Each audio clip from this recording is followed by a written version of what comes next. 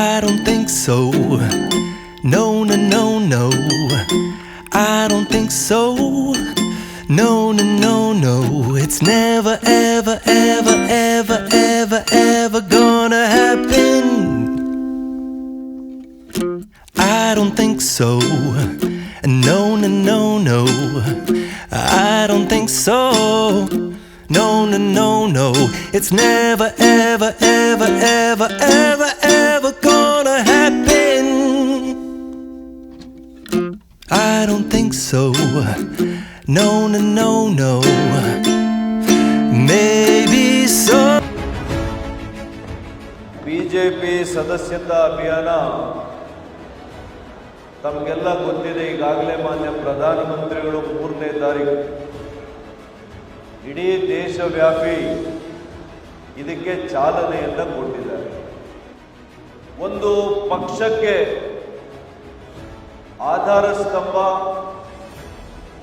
ಒಂದು ಚುನಾವಣೆ ಗೆಲ್ಲಬೇಕು ಅಂತಂದ್ರೆ ಅದಕ್ಕೆ ಆಧಾರ ಯಾರು ಅಂತಂದ್ರೆ ಆ ಪಕ್ಷದ ಸಕ್ರಿಯ ಕಾರ್ಯಕರ್ತ ಬಂಧು.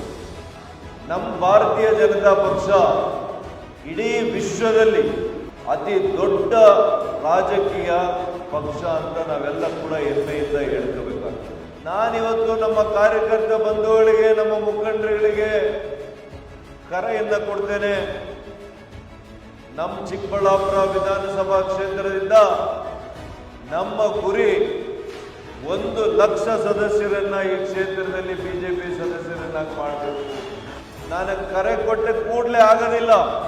ಅದು ನನ್ನ ನಿರೀಕ್ಷೆ, ನನ್ನ ಆಸೆ, ನನ್ನ ಗುರಿ ಮುಟ್ಟಬೇಕು ಅಂತಂದ್ರೆ ಇಲ್ಲಿ ಕುಳಿತಿರ್ತಕ್ಕಂಥ ಪ್ರತಿಯೊಬ್ಬ ಸದಸ್ಯರು, ಪ್ರತಿಯೊಬ್ಬ ಕಾರ್ಯಕರ್ತ ಬಂಧುಗಳು ಕೂಡ ನೀವು ಇದನ್ನ ಒಂದು ಕಿಚ್ಚಿನಿಂದ ಒಂದು ಗುರಿಯನ್ನ ಹಾಕೊಂಡು ಈ ಕ್ಷೇತ್ರದಲ್ಲಿ 1,00,000 ಸದಸ್ಯರನ್ನ ಮಾಡ್ತೇವೆ ಅಂತೇಳಿ ತಾವೆಲ್ಲ ಕೂಡ ಪಣ ತೊಟ್ಟಿದ್ರೆ 100ಕ್ಕೆ 100 ಸಾಧ್ಯ ಆಗ್ತದೆ. ಗ್ರಾಮ ಪಂಚಾಯಿತಿಯಿಂದ ಹಿಡಿದು ಲೋಕಸಭೆವರೆಗೂ ಎಲ್ಲ ಸಹಕಾರ ಕ್ಷೇತ್ರದ ಚುನಾವಣೆಗಳಿಗೂ ಕೂಡ ಇದು ಉಪಯೋಗ ಆಗ್ತದೆ.